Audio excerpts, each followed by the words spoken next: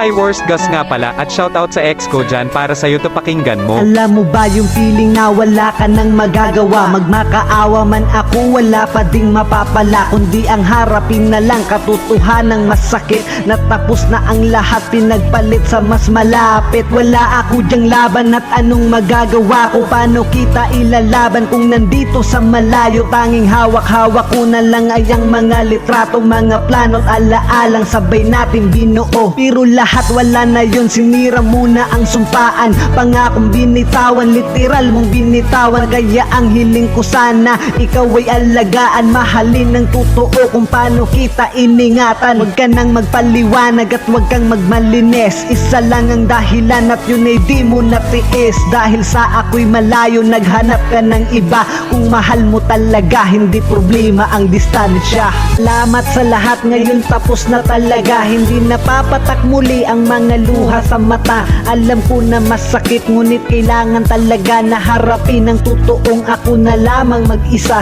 Ayos lang, ganun naman, din na natin pwede ipilit. Tayo lang masasaktan kung atin pang isisingit sa tao na minahal mo at palaging inuuna. At ang turing niya sa'yo, isa ka lang pangalawa.